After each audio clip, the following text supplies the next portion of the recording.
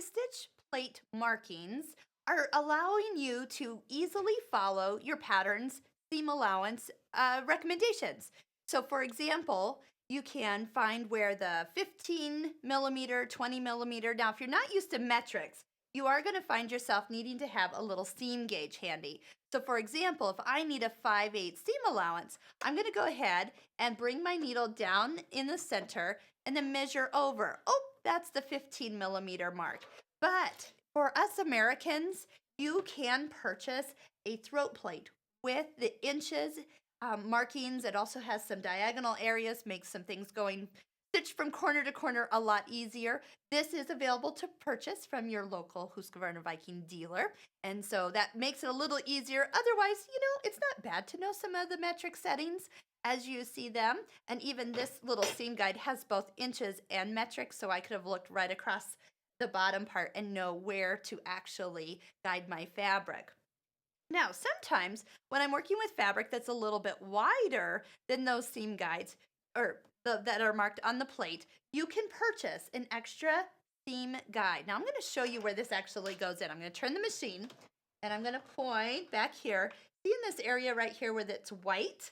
You can slide this in. Now, it's going to be nice and tight because we don't want it sliding around while we're using it. And you could set that on any of those lines too.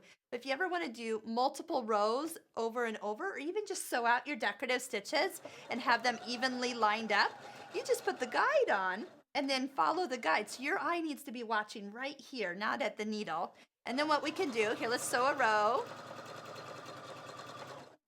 And then if I want to sew another row, this is how the quilters get all those nice even stitches. Then you're going to put the line of the first seam you sewed underneath the seam guide. And once again, watch over here. That's your guide. And you'll have perfectly parallel rows of stitching.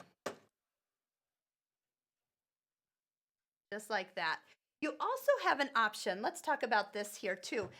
This is a throat plate with a single hole in it. Compare it with the other one here. See the difference? This one has enough for a zigzag, decorative stitches, but this one has a single hole.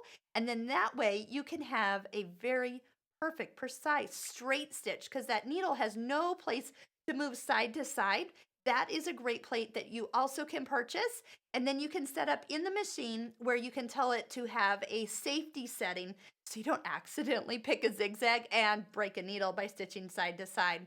Those of you doing free motion quilting, this is great because as you're going through and doing all over stitching, that will help keep your needle very stable and a more precision stitch made.